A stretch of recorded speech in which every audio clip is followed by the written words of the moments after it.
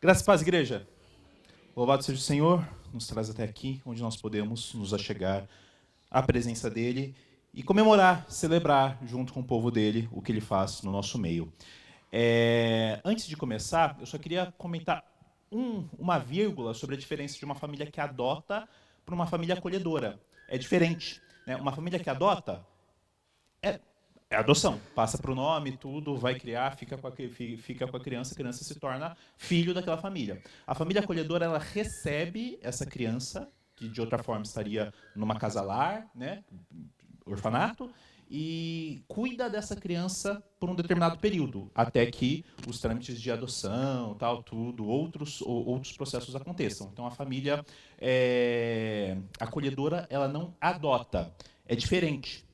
Então, se você quiser entender um pouquinho mais, nada melhor do que conversar com o Dani e com a Patrícia, que eles fizeram um curso, eles estão com isso, então são processos diferentes. Eu gostaria de reforçar isso, porque, de repente, o Senhor move o seu coração. Nossa, eu gostaria de ajudar, gostaria de fazer isso, mas não me vejo adotando de forma mais permanente. Então, talvez haja como você fazer algo também em direção a isso. Gostaria de incentivar de fato e que a igreja pudesse abraçar o Daniel e a Patrícia e todas as outras famílias, assim como vocês sempre abraçam quem está tendo bebê, eu sei disso porque eu fui abraçado por vocês, tal, então que vocês também incentivassem e abraçassem as famílias que optassem por isso.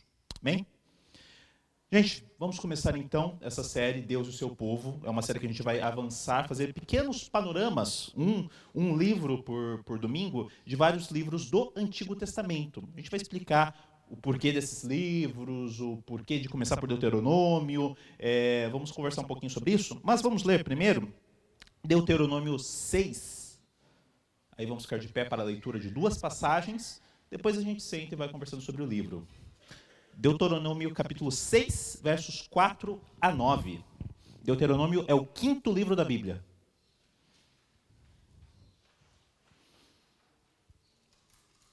Deuteronômio 6, 4 a 9. Ouça, ó Israel, o Senhor, o nosso Deus, é o único Senhor.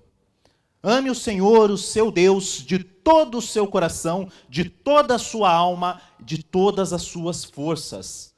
Lembra alguma coisa para vocês? Ame o Senhor teu Deus de todo o seu coração, de toda a sua alma, de todas as suas forças. Já fala disso. Que todas essas palavras que hoje lhe ordeno estejam em seu coração. Ensine-as com persistência a seus filhos. Converse sobre elas quando estiver sentado em casa, quando estiver andando pelo caminho. Perdão. Converse sobre elas quando estiver sentado em casa, quando estiver andando pelo caminho, quando se deitar e quando se levantar. Amarre-as com um sinal nos braços, prenda-as na testa, escreva nos batentes das portas de sua casa e em seus portões. Aqui a gente vê um chamado de autoridade. É um capitão chamando todo o navio para ouvir. É um chamado para tomar ação. Não é uma aula, não é uma informação, não é uma recomendação, não é a aeromoça que fala lá para você enquanto você está no aeroporto, você está ouvindo música, é o chamado para ação. Ouça, ó Israel. O nome do Senhor é exaltado. O Senhor nosso Deus é o único Senhor, incomparável.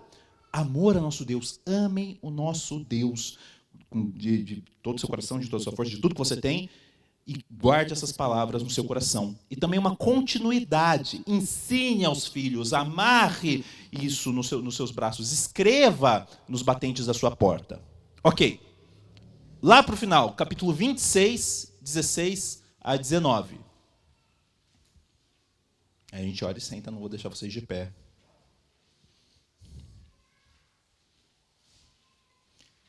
Capítulo 26, 16 a 19 estará também no slide.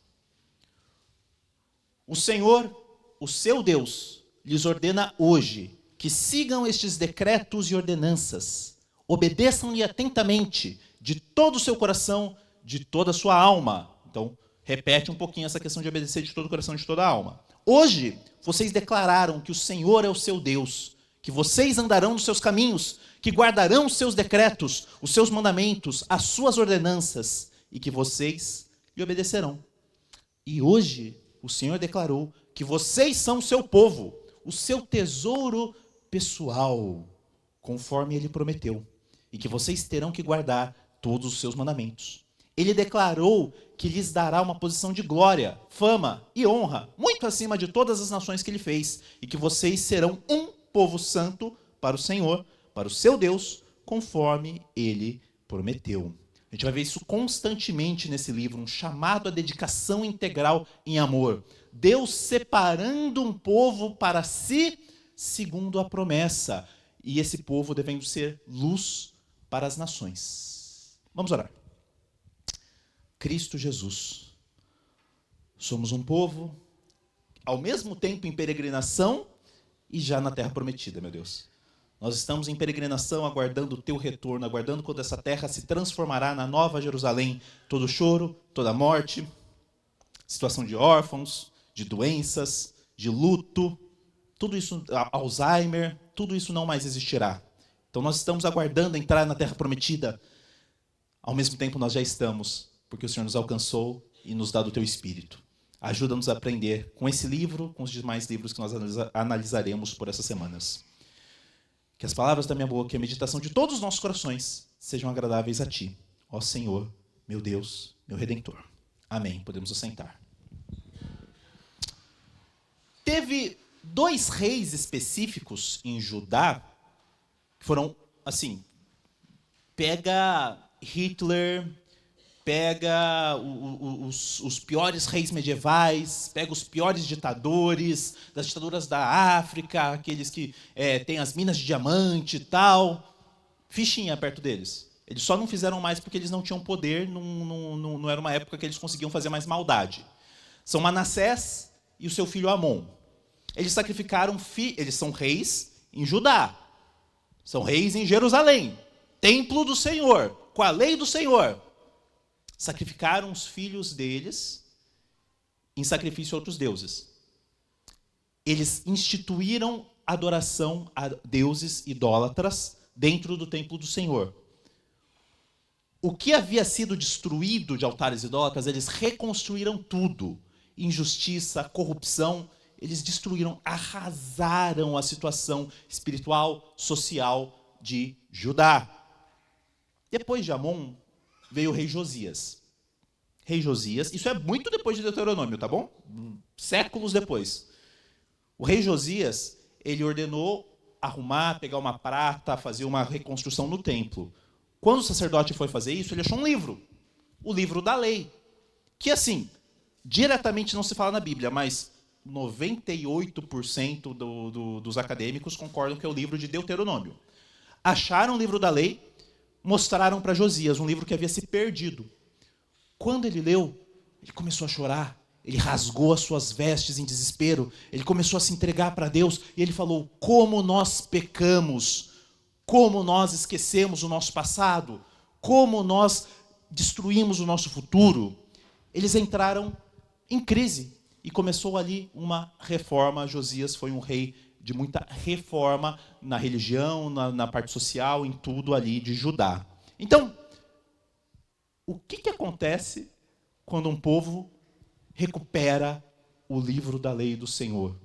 Quando o povo volta a pensar sobre a sua história, quando o povo redescobre de onde ele veio e para onde ele vai, quando o povo restaura o seu relacionamento com o Senhor. É um livro, tanto na situação de Josias que eu cito, quanto no próprio contexto de Deuteronômio, um livro de um povo em crise, com o passado e com o futuro. Eu acho que isso se apega muito a todos nós aqui. O nosso país está numa crise com o passado. Poxa, tal período da nossa história foi bom, foi ruim? Tal presidente foi bom, foi ruim? E a pandemia, o que aconteceu, o que causa nos nossos corações? Os corações das pessoas que tiveram que fazer ensino médio, que tiveram que fazer ensino fundamental, como que isso muda a faculdade? O que aconteceu no passado? E o que vai acontecer no futuro? Estamos numa crise, vai ficar tudo pior, vai voltar quem lembra um pouco mais? Será que pode piorar até voltar a hiperinflação, até voltar isso? O que vai acontecer no futuro? Também da igreja brasileira. Meus irmãos, os evangélicos, quando eram minoria, parece que eles sabiam o que fazer. Agora que eles estão crescendo, fica uma situação que a gente não sabe o que fazer com a quantidade de gente que leva o nome de evangélico. Traficantes, facções, Pessoas que foram presas essa semana por aliciamento de menores depois de anos em redes sociais, vocês devem ter visto alguma coisa sobre isso. A pessoa foi presa depois de destruir evidências sobre aliciamento de menores, de adolescentes, em festas, etc., por anos.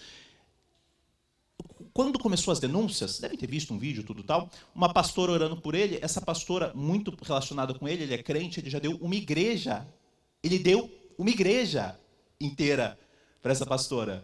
Então, uma pessoa que não vê contradição em se dizer evangélico, em ofertar coisas para uma igreja, em receber oração, uma pastora com certeza abraça ele, e fazer aliciamento de menores. Então, a igreja brasileira está numa crise com o seu passado, com o seu futuro. O que acontecerá? Se daqui continuar assim, 2035, 2040, 2050, o Brasil será um país evangélico. E eu não sei se é uma coisa boa, dado o caminho que a gente está indo. Mas também da PIB. Nossa, não, beleza, passamos esses anos, tudo, pessoas vieram, pessoas foram, o pastor principal, o pastor presidente mudou uns anos atrás, como que vai ser o futuro, o que nós vamos fazer, o que nós podemos fazer, temos boas expectativas, temos expectativas piores em outras frentes, o que acontece? E também nas nossas vidas, a sua história, os seus pais, como você se encontra, os seus pecados passados, o seu futuro, o seu casamento, o que pode acontecer, o que Deus tem para você. Então eu creio que isso vai ser muito bom, essa série em si, vai contextualizar o passado e preparar o caminho para o futuro. Deuteronômio, eu li um cara que ele falou que é o coração, ele dita o batimento cardíaco de todo o Antigo Testamento. Porque se você lê Deuteronômio, ele recapitula tudo o que aconteceu no passado, principalmente a partir do chamado de Abraão, né? Mas Moisés, o povo saindo do Egito e tal. E ele prepara, ele diz, ele já dá um spoiler o caminho que a nação ia ter em Josué, Juízes, Samuel, Reis, Crônicas, Esdras, Neemias, Esther, por séculos para frente, tudo isso está encapsulado aqui em Deuteronômio. Também no livro de Deuteronômio tem algumas frases que a gente vai lembrar do nosso Senhor Jesus falando. Ame o Senhor, o seu Deus, de todo o coração, de toda a sua alma, de todas as suas forças. Jesus adiciona, de todo o seu entendimento. O que é isso? Como que Jesus chama isso? Teve uma pessoa que perguntou para ele alguma coisa, e ele respondeu, a resposta disso é, ame o Senhor teu Deus de todo o teu coração.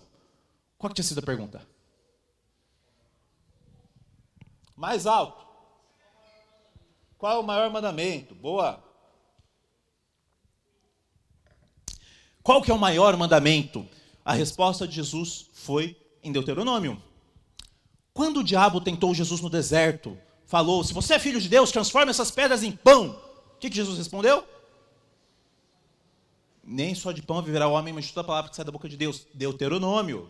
Quando fala, não tentarás o Senhor teu Deus, Deuteronômio. Então ele cita bastante. Principalmente essa passagem de Deuteronômio 6, Jesus ia saber letra por letra, de cor salteado, de trás para frente. É uma passagem muito importante, ou só Israel, muito importante para todo judeu. Nessa série, coisas importantes vão ser deixadas de fora. Não vai dar para tratar um livro de 34 capítulos, né, aqui na pregação, pegar todas as partes importantes. Só que algumas coisas a gente vai poder ver. A gente vai poder ver Cristo nesse livro. A gente vai poder ser encorajado em ação e em missão para amar a Deus e amar ao próximo. E também nós vamos poder ter esperança da eternidade. Espero que isso seja verdade, não só nessa série, mas em todas as pregações que vocês ouvirem nessa igreja. O que eu quero falar para vocês hoje? Deus chamou um povo para refletir quem Ele é em adoração e missão. Deus chamou um povo para refletir quem Ele é em adoração e em missão. Vou pedir que as pessoas não conversem por celular. Tá bom, esse é um livro que fala ao povo antigo. Esse é um livro, é 1.400 anos antes de Cristo. Quase 3.500 anos atrás. Mas também fala conosco. É uma mensagem de Deus escrita no passado, mas que pelo Espírito atravessa os milênios e chega até nós, não apenas para transformar as nossas vidas hoje, mas para trazer uma esperança para o futuro. Um escritor diz assim, que Deuteronômio utiliza todas as habilidades retóricas, literárias, emocionais e morais para a tarefa de equipar e motivar o povo de Deus a viver para os propósitos de Deus em cada geração. Equipar e motivar o povo de Deus para viver os propósitos de Deus em cada geração. Vamos dar um passinho para trás, só para entender o que está acontecendo em Deuteronômio. Adão e Eva foram chamados para refletir a Deus em adoração e missão. Foram chamados para refletir quem Deus é, adorando a Ele e enchendo a terra numa ação de missão. A missão era ao que eles foram enviados. E eles falharam. Por conta da falha deles, todo mundo cai em maldição. E as forças do pecado, do diabo e da morte passam a atuar. A mesma coisa, a mesma falha, o mesmo crescimento da maldição acontece com a geração antes de Noé e na Torre de Babel. Aí Abraão, Deus chama, Deus levanta para prometer criar um povo. Abraão, a partir de você eu vou criar um povo, uma nação, um reino que vai habitar em uma terra específica e esse povo e essa terra vão refletir a bênção do Senhor. A maldição que foi colocada sobre a terra vai ser revertida. A bênção vai estar a partir da descendência de Abraão, do povo que seria estabelecido. Antes deles tomarem a terra, foram feitos escravos no Egito. Passa-se séculos, Deus os liberta através de Moisés e os encaminha através do deserto para a terra prometida. Para ali, na terra prometida, nessa terra que emanaria leite e mel, uma terra que apontaria para a bênção do Senhor sem pecado, plantá-los lá. Só que eles foram rebeldes. Eles escolheram duvidar de Deus sempre que eles podiam. Não fosse pela intercessão de Moisés, todos eles morreriam. Mas por misericórdia foram poupados. Só que Deus, por conta do pecado deles, não deixaria aquela geração entrar na terra. Então, o que seria, 3 meses de caminhada, tornaram-se 40 anos vagando pelo deserto, para que aquela geração passasse e um novo povo fosse preparado para entrar na terra prometida da bênção de Deus. Aí, em Deuteronômio, estão finalmente na entrada da terra. Deus falou, agora vocês vão entrar, agora vocês vão tomar posse da terra, agora vocês vão se estabelecer como um povo, derrotar os inimigos, brilhar a luz da bênção de Deus. Mas Moisés não vai entrar. Deus avisou que Moisés iria morrer em breve e que ele não entraria na terra prometida, só poderia ver a terra. Então esse povo, essa nação diferente, muitos que nasceram no deserto ou que quase não conseguem se lembrar de como era no Egito, vão perder esse líder, essa referência, que falava com Deus, que direcionava o povo. Eles vão entrar, ao mesmo tempo que eles vão perder esse líder de décadas, vão entrar numa situação totalmente nova. Como despedida, para preparar o povo, Moisés faz uma série de discursos, repassa toda a história passada do povo, a aliança que Deus fez com eles, os mandamentos de Deus, a missão do povo, as bênçãos prometidas e as maldições que aconteceriam se eles recusassem tão grande graça. Assim Moisés se despede. Por isso que é Deuteronômio, segunda lei. Vem do grego, Deutero segunda, nômio de nomos, lei. Por que segunda lei? Porque ele está repassando a lei que havia sido dada anos antes.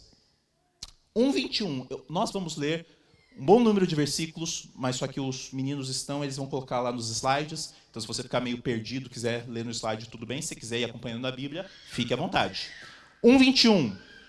Bem no comecinho, bem quando ele está preparando o que ele vai falar, os discursos que ele vai dar. Vejam, o Senhor, o seu Deus, põe diante de vocês essa terra. Entrem na terra, tomem posse dela, conforme o Senhor, o Deus dos seus antepassados, lhes disse. Não tenham medo, nem desanimem. Então vocês vão entrar na terra, tomem posse, confiem. O Deus dos antepassados falou para vocês confiarem, confiem, não tenham medo, não se desanimem, entrem confiando no Senhor. Deus chamou um povo para refletir quem Ele é, em adoração e em missão. Vamos começar falando de Deus. Deus, Ele é supremo sobre todos. Toda vida, toda beleza, toda verdade, todo amor, toda bondade fluem de quem Deus é. O poder dele não tem limites. Mesmo ele sendo tão elevado, tão santo, tão justo, fonte de tudo que é bom, ele quer se revelar. E ele quer se revelar em um povo.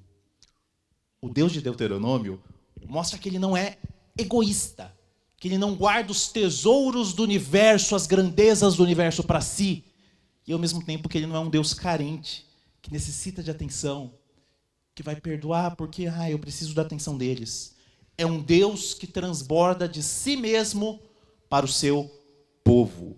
4, 32 a 35. Perguntem agora aos tempos antigos, antes de vocês existirem, desde o dia em que Deus criou o homem sobre a terra. Perguntem de um lado a outro do céu. Já aconteceu algo tão grandioso? Já se ouviu algo parecido? Em algum momento houve algo tão grandioso quanto esse Deus chamar um povo para si? 33. Que povo ouviu a voz de Deus falando no meio do fogo, como vocês ouviram, e continua vivo? O fogo que não se apaga, a luz que acendeu todo o universo, toda a supernova, toda a galáxia, brilhou. Eles ouviram e permaneceram vivos. Ou que Deus, 34, que Deus decidiu tirar uma nação do meio de outra para lhe pertencer, com provas, sinais, maravilhas, lutas, com mão poderosa, com braço forte, com feitos temíveis e grandiosos, conforme tudo que o Senhor fez por vocês no Egito, como vocês viram com seus próprios olhos, que Deus executou a libertação que Deus fez para vocês? Não há outro. 35. Tudo isso foi mostrado a vocês, então vocês foram chamados, vocês foram libertos, vocês vieram para essa terra, vocês vão entrar nessa terra para quê? Para que soubessem que o Senhor é Deus, que não há outro além dele. É exatamente o que o pastor falou, quando ele falou que Deus opera milagres, que Deus direciona o mundo para a glória dele. É isso que ele quer fazer, se revelar, revelar o poder dele, revelar a mão dele. E esse transbordar, meus irmãos, é visando hoje. Eu não quero que a gente olhe para a parte da Bíblia, 2/3 da Bíblia, o Antigo Testamento, falar, não, isso aí é só background, é só informação de contexto. É só para eu entender aqui que Jesus está citando lá tudo, o que importa mesmo é o Novo Testamento. Por isso que a gente está pegando, eu acho que a gente prega pouco no Antigo Testamento. Alguns dos livros que a gente vai falar, talvez, acho que uma boa parte deles eu nunca preguei. Então, parece que o Novo Testamento é mais palavra. Não. Inclusive, alguns escritores chamam o Antigo Testamento de Primeiro Testamento. Eu acho interessante essa denominação. Esse transbordar de Deus, do povo de Deus, da lei de Deus, é visando hoje. Deus nos chama para uma aliança consigo mesmo, pensando no futuro eterno. É com base no que ele fez no passado? É, mas é pensando no hoje. Moisés, falando com essa nova geração de hebreus, fala, olha, essa aliança que foi feita 40 anos antes, que muitos de vocês não estavam vivos, não foi simplesmente com eles, foi com vocês. A aliança de Deus com o seu povo se mostra atual. Ele renova a aliança, lembrando de onde eles saíram. Eu falei com vocês, eu resgatei vocês, em asas de águia eu tirei vocês do Egito. Quem, além de Deus, poderia tomar esse lugar de honra no coração humano, já que ele fez essa aliança, já que ele estendeu os braços, já que ele resgatou o povo? Capítulo 5, versos 3 a 7. Não foi com os nossos antepassados que o Senhor fez essa aliança. Não foi com os nossos antepassados, mas conosco, com todos nós que aqui hoje estamos vivos.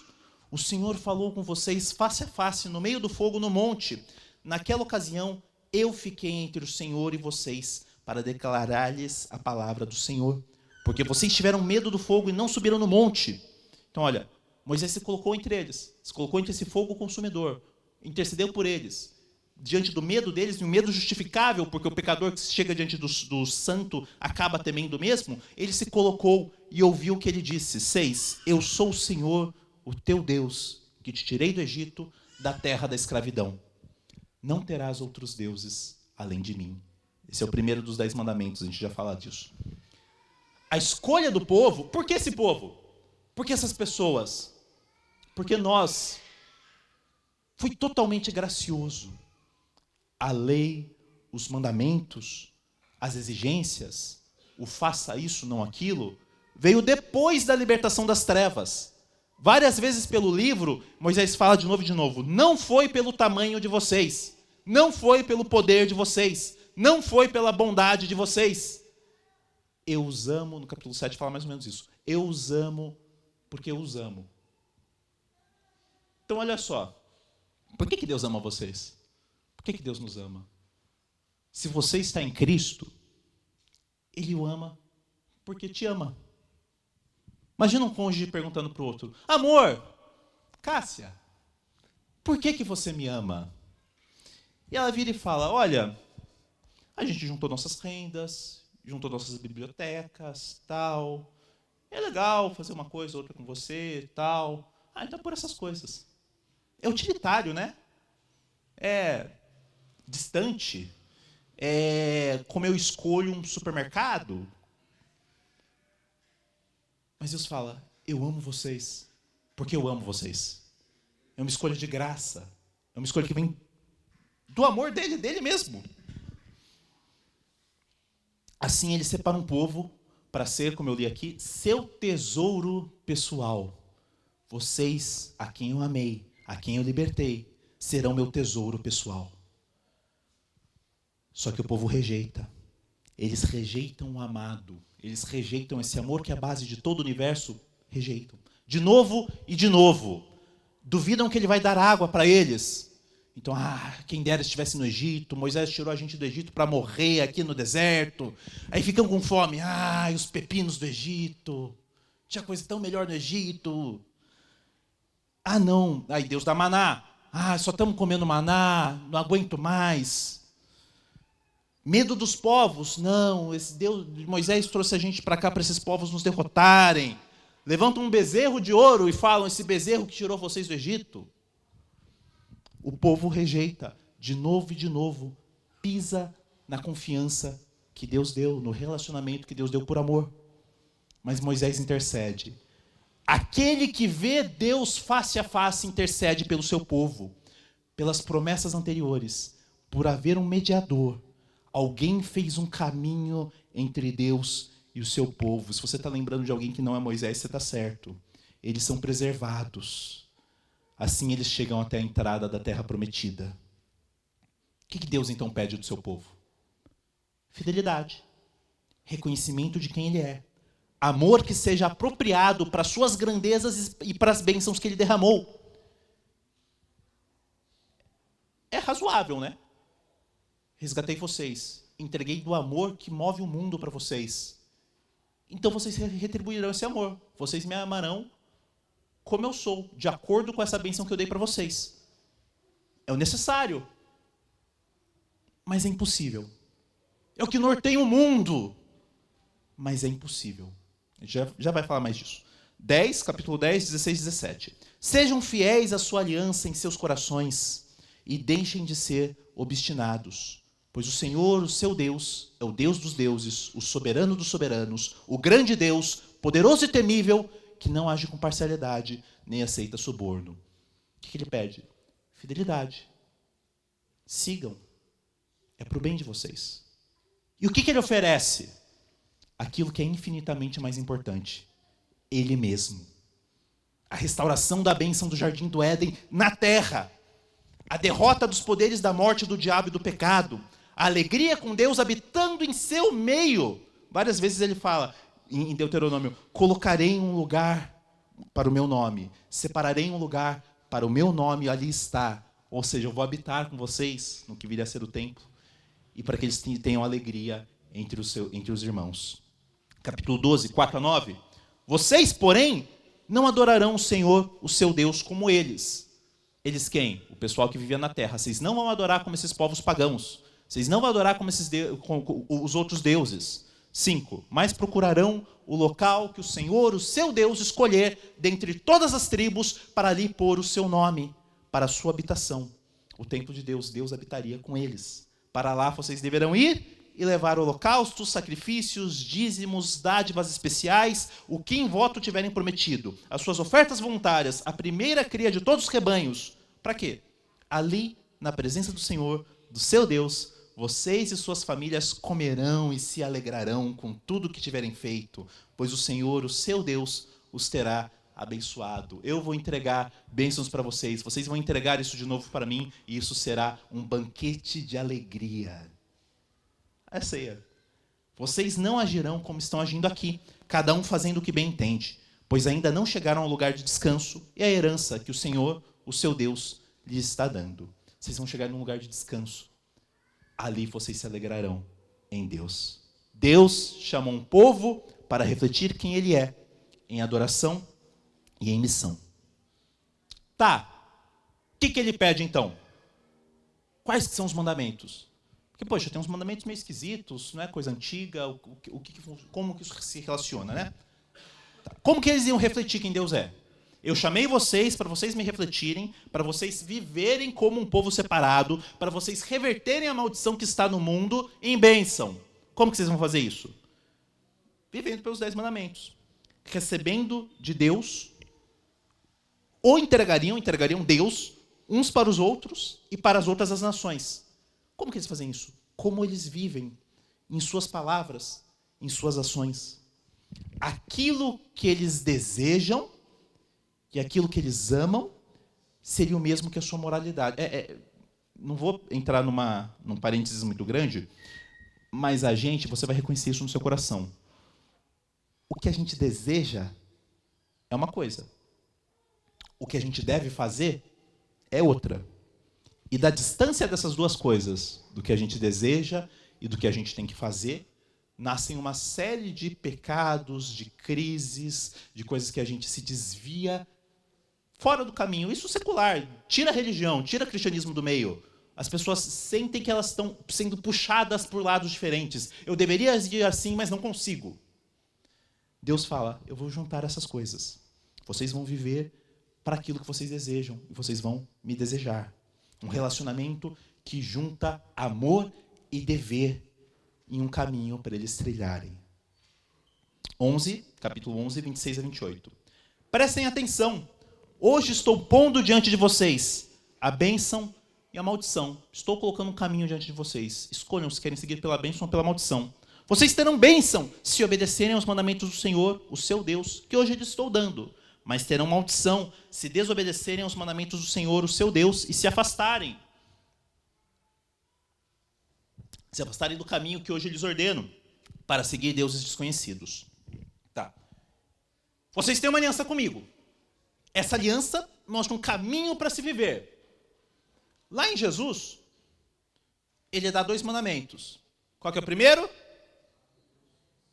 Amar a Deus acima, né? Sobre todas as coisas, de todo o seu ser, de todo o seu coração. Qual que é o segundo? Esses 2 mandamentos Jesus tirou do nada. Ele está resumindo todos os mandamentos do Antigo Testamento. Esses 2 resumem os 10.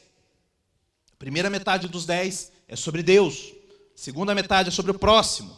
E esses 10 são desdobrados em princípios, em leis, em um caminho. E aí isso vai sendo colocado ali. A gente dá pouca atenção para os 10 mandamentos. O Rafa já tinha levantado para a gente fazer uma série sobre os 10 mandamentos, acabamos não fazendo. Mas olha, a gente precisa ter isso bem em mente, bem forte na mente. Já falei com pessoas que não faziam ideia dos 10 mandamentos e do que eles interessam para nós. Não ter outros deuses diante dele, não fazer imagem de escultura, não levar o nome dele, não usar o nome dele em vão, descansar um dia em 7, um descanso santo para Deus, honrar pai e mãe, não matar, não adulterar, não furtar, não dar falso testemunho, não cobiçar. São princípios bons e justos para nós, visando Deus e visando o próximo. Aí nós temos alguns desdobramentos dessas leis. Por exemplo, capítulo 15, não vamos ler. Tem um perdão de dívidas na nação de Israel, debaixo do nome do Senhor, a cada 7 anos, todo empréstimo e toda dívida seria perdoado. Coisa doida, né? Pede um cuidado com pobres. 15, vai. 15, o 7, capítulo 15, o versículo 7, depois o versículo 11. Se houver algum israelita pobre em qualquer das cidades da terra que o Senhor, o seu Deus, lhe está dando, não endureçam o coração, nem fechem a mão para com o seu irmão pobre. Não endureçam o coração, nem fechem a mão para o seu irmão pobre. 11. Sempre haverá pobres na terra. Portanto, eu lhe ordeno que abra o coração para o seu irmão israelita, tanto para o pobre como para o necessitado de sua terra. Ainda pensando na questão dos necessitados, capítulo 24, 10 a 15, olha que interessante para quem emprestou. para respeitar a dignidade da pessoa que está numa situação de necessidade. 24, 10 a 15. Quando um de vocês fazendo um empréstimo de qualquer tipo ao seu próximo, não entre na casa dele para apanhar o que lhe oferecer como penhor. Ou seja, respeite a dignidade dele. Não chegue socando a porta, abrindo a casa dele, falando, pago o que me deve. Senhor barriga, né? 11. Não, fique do lado de fora. Deixe que o homem a quem você está fazendo empréstimo traga a você o penhor. É de dignidade, né? 12. Se o homem for pobre, não vá dormir tendo com você o penhor. Devolva-lhe o manto ao pôr do sol, para que ele possa usá-lo para dormir e lhe seja grato. Isso será considerado um ato de justiça pelo Senhor, o seu Deus. Não se aproveite do pobre e do necessitado, seja ele um irmão israelita ou um estrangeiro que viva numa das suas cidades. Paguem-lhe o seu salário diariamente, antes do pôr do sol, pois ele é necessitado e depende disso. Senão, ele poderá clamar ao Senhor contra você e você será culpado do pecado. O cuidado com o pobre, o cuidado com o necessitado, o cuidado com aquele que está numa situação pior que a nossa, não é um extra. Não é, beleza, olha, eu sigo aqui minha vida, eu não adultero, eu não roubo, tal, tudo. Ah, vou fazer um extra. Ok, então vou ajudar o pobre. Não, é o que é esperado de nós. E a gente pode ser culpado de pecado se não respeitar isso. Uma coisa que assusta um pouco às vezes a gente lendo o Deuteronômio é a questão de escravidão. Eu já fiz um sermão inteiro sobre escravidão, a visão da Bíblia sobre escravidão. Então, se você tiver dúvida sobre isso, não dá para a gente falar muito sobre isso agora, mas fale comigo, eu mando o link e a gente conversa sobre, tá? É um assunto importante. Mas só para a gente ter um recorte, capítulo 23, 15. Se um escravo refugiar-se entre vocês, não o entreguem nas mãos do seu senhor. Então, se um escravo fugiu, se refugiou no meio de vocês, vocês não vão entregar ele na mão do seu senhor. Vocês vão proteger esse escravo para que ele não volte à escravidão. Diferente do que a gente pensa quando pensa em escravidão, né? É algo bem diferente do que vem em nossa mente quando a gente pensa sobre isso. 24, 7. Se um homem for pego sequestrando um dos seus irmãos israelitas, tratando-o como escravo ou vendendo, o sequestrador terá de morrer. Eliminem o mal do meio de vocês. Então, alguém que sequestrasse alguém para vender como escravo, que é o que a gente pensa sobre escravidão, da escravidão africana no Brasil, Estados Unidos, etc., esse teria que ser morto. Então, uma dignidade humana diferente de outras nações da época. Mas a gente tem algumas leis diferentes. Eu não quero gastar muito tempo nisso, mas eu acho que vale a pena mostrar, porque a gente lê algumas coisas e fica... Cadê Jesus nisso aqui? Né? O que quer dizer esse versículo aqui? Né? Então, só para a gente exemplificar, capítulo 23, 12 a 14. Determinem um local fora do acampamento onde se possa evacuar. Como parte do seu equipamento, tenham algo com que cavar. Quando evacuarem, façam um buraco e cubram as fezes. Pois o Senhor, o seu Deus, anda pelo seu acampamento para protegê-lo e entregar-lhes os seus inimigos. O acampamento terá que ser santo, para que ele não veja no meio de vocês alguma coisa desagradável e se afaste de vocês. Tá, o que isso quer dizer? A gente tem que ter um aterro. É um princípio de saneamento básico. É um princípio de higiene. É um princípio da gente fornecer formas para a pessoa ter dignidade em relação aos seus dejetos. Então, não é o que eu uso isso de exemplo? Não é assim, Ctrl+C nisso, Ctrl+V numa lei. Mas é um princípio que é válido para a gente, que provém dessa dignidade dos 10 mandamentos e dos 2 mandamentos. 22:8. Isso aí é para o Dani. Quando algum de vocês construir uma casa nova, faça um parapeito em torno do terraço, para que não traga sobre a sua casa a culpa pelo derramamento de sangue inocente, caso alguém caia do terraço. Então, quer dizer, todas as casas têm que ter parapeito, a casa que não tem parapeito está em pecado. Quer dizer, construa, desenvolva a sociedade de um jeito que proteja vidas. Entra aqui segurança do trabalho, entra aqui projetos que pensam na dignidade humana, entra aqui em como a gente recebe pessoas em nossas casas, em nossa sociedade, de um jeito que as protejam. O exemplo que ele dá do parapeito. É uma sociedade bem diferente da nossa, mas são guias para se refletir Deus. Princípios que a gente pode entender e aplicar na nossa realidade, ainda que contextualizando. Deus chamou um povo para refletir quem ele é em tudo que eles são, em adoração e em missão. Missão, gente. Missão tem a ver com vivermos quem somos em Cristo. A gente vive quem a gente é em Cristo, a gente proclama quem Cristo é, de forma que nós mesmos e outros venham a se tornar verdadeiramente humanos em Cristo. A verdadeira humanidade, a verdadeira imagem de Deus foi demonstrada em Cristo Jesus. Veja só, todos os seres humanos, todos, crente, não crente, ateu, muçulmano, hindu, buscam viver uma vida que seja moralmente satisfatória, que ele viva por alguma regra, alguma forma que ele considere como boa, de acordo com a verdade, não na mentira, não no engano, e que seja prazerosa. Ou seja, bondade, verdade e beleza. Todo ser humano busca bondade, verdade e beleza para a sua vida. Só que os nossos desejos sobre o belo, aquilo que a gente deseja, nos traem vícios, relacionamentos abusivos. Nosso conceito de verdade nos escapa, porque se a gente não tem algo para definir o que é verdade e o que é mentira, a gente acaba com 500 teorias e cada um escolhe o que é verdade por si. E, especialmente, a gente não vive como a gente quer viver moralmente. O que eu quero dizer com isso? A questão de condenação, olha, você tem que viver de uma determinada forma, senão você vai ser condenado, é algo bem difícil para a nossa cultura. E eu vi uma ilustração de um escritor que eu achei que me ajudou muito a conseguir explicar isso.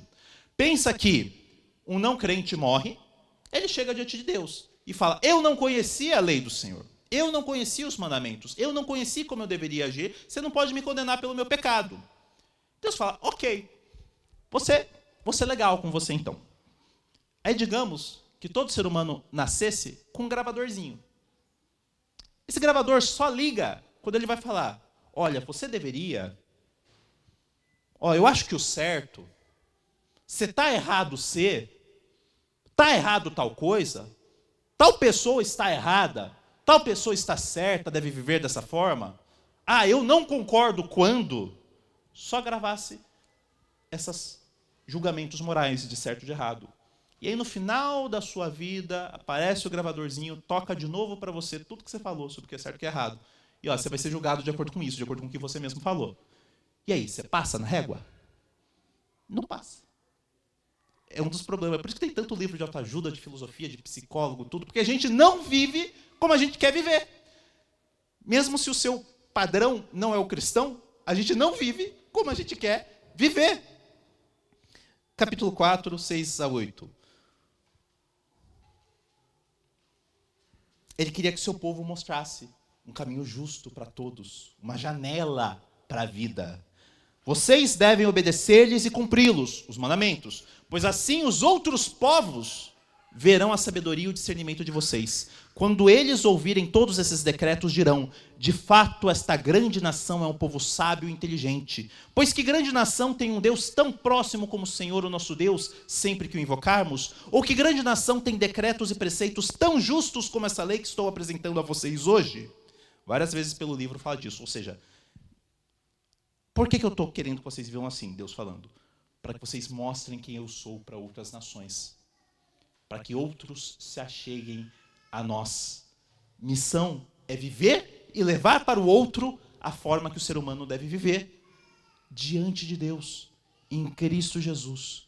Isso é uma vida abençoada, isso é uma vida de promessas. Então, se o povo apega-se a Deus, em resposta a essa graça, seria abençoado. 28, 3 a 8. Então, olha, aqui está falando, já caminhando para o final do livro, se vocês obedecerem, se vocês cumprirem, o que vai acontecer com vocês? O que vai acontecer com a terra de vocês? Vocês serão abençoados. 28, 3. Vocês serão abençoados na cidade, serão abençoados no campo. Os filhos do seu ventre serão abençoados, como também as colheitas da sua terra, os bezerros e os cordeiros dos seus rebanhos. A sua cesta e a sua amassadeira serão abençoadas. Vocês serão abençoados em tudo o que fizerem. 8. O Senhor enviará bênçãos aos seus celeiros e tudo que as suas mãos fizerem. O Senhor, o seu Deus, os abençoará na terra que lhes dá. Ele escolheu um povo em amor. Então ele quer a bênção na terra para todos. Só que um Deus perfeitamente bom, perfeitamente amoroso, também deve ter perfeita justiça. Um Deus que é perfeitamente bom, perfeitamente amoroso, ele deve ser perfeitamente justo. Então, se esse Deus perfeitamente justo coloca um caminho de amor e de bênção, o que acontece quando as pessoas vivem de forma contrária a esse caminho? Como todos nós fazemos, como seríamos julgados ou condenados, mesmo se fosse o nosso próprio padrão. Maldições. Maldições pesadas. Capítulo 28 ainda, a partir do 15. Entretanto, se vocês não obedecerem ao Senhor, ao seu Deus, não seguirem cuidadosamente todos os seus mandamentos e decretos que hoje Ele lhes dou, todas estas maldições cairão sobre vocês e os atingirão. Vocês serão amaldiçoados na cidade, serão amaldiçoados no campo. Sua cesta e sua amassadeira serão amaldiçoadas. Os seus filhos do seu ventre serão amaldiçoados, como também as colheitas da sua terra. 19. Vocês serão amaldiçoados em tudo o que fizerem. 21.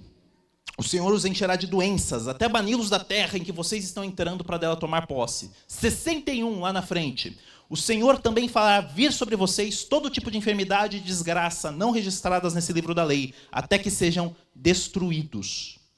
63. Assim foi do agrado de Deus ao fazê-los prosperar e aumentar em número, também lhe será agradável arruiná-los e destruí-los. Vocês serão desarraigados da terra em que estão entrando para dela tomar posse. Vocês vão ir para o exílio. Então o Senhor Deus os espalhará pelas nações, de um lado a outro da terra. Ao receber a graça de Deus em ser povo dele, nós viveremos e espalharemos bênção. Se o rejeitarmos, faremos parte da maldição que destrói o mundo, servindo em trevas. Então é isso. Se obedecer, você vai ir bem. Se você desobedecer, você vai ir mal, vai ser amaldiçoado. Vai lá, todo mundo para casa. Não é assim, né? Estranho isso, né? Talvez quando eu estava lendo, você pensou, nossa, Du, ok, mas e aí, como que isso se encaixa? Olha para o meu coração. Eu sei que Deus chamou um povo para refletir quem Ele é em adoração e missão. Mas essa lei, essa bênção, esse caminho parece alto demais. Eu conheço o meu pensamento. Eu sei que eu não amei a Deus com todo o meu coração, nem de quando eu acordei até agora. Eu sei que o meu pecado em pensamento, em ação, me amaldiçoa perante Deus, perante esses versículos que foram lidos. Que será de mim então? O que restou para mim então? É isso que Israel descobriu. O próprio Moisés admite aqui, vai ser impossível. Vocês vão ser espalhados. Em outras passagens. Deus quer amor e quer justiça. Absolutamente amor, absolutamente justiça. Peço desculpas, mas a gente precisa andar um pouquinho mais aqui. Como entender isso? 29, 2 a 4. Moisés convocou todos os israelitas e lhes disse: os seus olhos viram tudo que o Senhor fez no Egito ao faraó, a todos os seus oficiais, a toda a sua terra. Com os seus próprios olhos vocês viram aquelas grandes provas, aqueles sinais, aquelas maravilhas. Mas até hoje o Senhor não lhes deu mente que entenda, olhos que vejam, ouvidos que ouçam. Vocês viram, mas o Senhor não deu olhos para vocês. Vocês não conseguem ver o caminho de Deus. Não é algo natural a vocês. Capítulo 36. Calma aí, guarda isso. Não é algo natural. O Senhor não deu olhos para vocês. 36. O Senhor, o seu Deus, deixa eu ver como está essa tradução, dará um coração fiel. Aí, ó, essa aí está melhor. Circuncidará o seu coração e dos seus descendentes, para que o amem de todo o coração, de toda a sua alma, e vivam. O Senhor Deus abrirá o coração de vocês e escreverá as leis no seu coração. Ele vai juntar o amor e o dever. Ele mesmo vai unir o povo às suas bênçãos. Como? Capítulo 21, 22 e 23. Se um homem culpado de um crime mereça a morte, for morto e pendurado no madeiro, não deixem o corpo no madeiro durante a noite. Enterrem-no naquele mesmo dia, porque qualquer que for pendurado no madeiro está debaixo da maldição de Deus. Qualquer que for pendurado no madeiro está debaixo da maldição de Deus. Não contaminem a terra que o Senhor seu Deus lhes dá por herança. Pular para Gálatas 3,13, vai ter no slide. Cristo nos redimiu da maldição da lei, quando se tornou maldição em nosso lugar. Pois está escrito: maldito todo aquele que for pendurado no madeiro. As maldições que deveriam ser para nós, por não amarmos o Senhor nosso Deus, por não seguirmos as leis dele, por não amarmos a ele com todo o nosso coração e o próximo como a nós mesmos, foram derramadas no único que viveu assim. O único que mereceria essas bênçãos. O único que seria a própria terra prometida. Recebeu de todas as bênçãos, de todas as maldições infernais que deveriam ser nossas. 2 Coríntios 5, 21. Deus tornou pecado por nós aquele que não tinha pecado, para que nele nos tornássemos justiça de Deus. Ele dá leis melhor do que Moisés, porque ele escreveu em nossos corações e não em pedra. Ele é um profeta superior a Moisés, porque ele fala as palavras como o próprio Deus. Ele é um mediador melhor que Moisés, porque Moisés é homem falho, Jesus perfeito, Deus perfeito homem. Ele flui mais vida do que a terra prometida. Ele transforma nosso ser de forma mais radical do que o povo passando pelo Mar Vermelho aberto. Em Cristo, a restauração do Éden, na verdade, é algo melhor, porque não perderemos, porque a base é Ele mesmo. A semente que caiu morta na terra, ressuscitou em uma árvore, uma videira, que enche o mundo da bênção do Senhor, e logo voltará para se manifestar completamente pela eternidade. A terra boa de Deus, a terra prometida que mana leite e mel, é Cristo Jesus se estabelecendo aqui para nós. A glória da Nova Jerusalém em Cristo pode ser sua, se você tão somente se apegar a Cristo hoje. 30:15, prometo que estou caminhando para o final. 30:15. Vejam que hoje ponho diante de vocês vida e prosperidade, ou morte e destruição. A gente já falou, não é pelo que a gente faz, vou sublinhar isso um pouquinho mais, mas tem aqui diante de nós o caminho de Cristo, um caminho de trevas. Cristo chama a todos que estão cansados e sobrecarregados, todos que estão com sede, a virem e tomarem de graça da água da vida.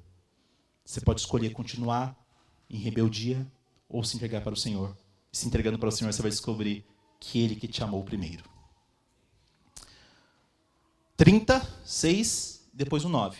O Senhor, o seu Deus, dará um coração fiel a vocês e aos seus descendentes, para que o amem de todo o coração, de toda a alma e vivam. Então o Senhor, o seu Deus, abençoará o que as suas mãos fizerem, os filhos do seu ventre, as crias dos seus animais, as colheitas da sua terra. O Senhor se alegrará novamente em vocês.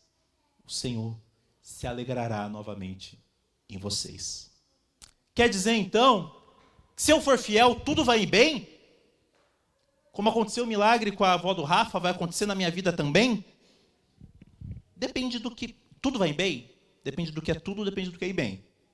Você sempre vai ter saúde, dinheiro no bolso, um casamento a 1000 maravilhas? Não. Isso é tomar lá da cá. Isso é Deus de gênio da lâmpada. Tudo irá bem, porque Cristo bebeu das maldições. Você tem, conforme Paulo falou para os Efésios, todas as bênçãos espirituais nas regiões celestiais em Cristo. Se você está em Cristo, você tem tudo o que precisa para uma vida abençoada, cheia de bondade, verdade e beleza. O próprio Cristo, pelo Espírito, na palavra e na comunhão da igreja. Mesmo doente, sem dinheiro no bolso, com casamento precisando de ajustes, o rosto de Deus brilhará sobre você. Você poderá ter a esperança da terra prometida de Deus. Viver com Ele para sempre, transbordando de vida verdadeira. Então eu peço, clamo a vocês, busque viver de uma forma que reflita Deus no mundo, que reflita o mundo que você quer que venha à realidade, que junte o amor e o desejo com a verdade, com o dever moral.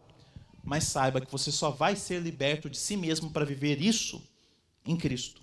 Em Cristo você tem liberdade da sua crise com o passado, da sua história, dos traumas que lhe foram infligidos. Em Cristo você não precisa ter medo do seu futuro. Você pode viver segundo os mandamentos do Senhor em Cristo. Nele há perdão quando você falha. Nele há alegria pela restauração. Nele há esperança.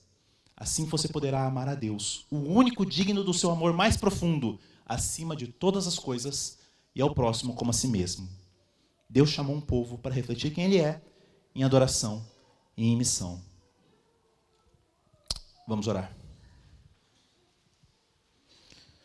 Santo Jesus,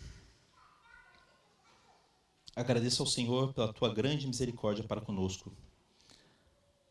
Que nós possamos participar dessa terra prometida, meu Deus. Que nós possamos espalhar pelo mundo, em nossa família, em nossa própria vida, quem o Senhor é, em adoração e em missão, meu Deus. Dá essa misericórdia para nós, para que nós abandonemos os pecados e nos apeguemos às maravilhas da sua lei, não para seguir uma lista de regras, mas para amar o Senhor, meu Deus. Cristo bebeu da maldição da lei e nos libertou.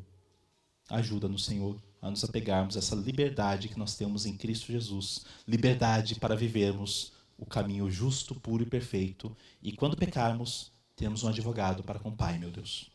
Dá a tua graça para nós. Amém.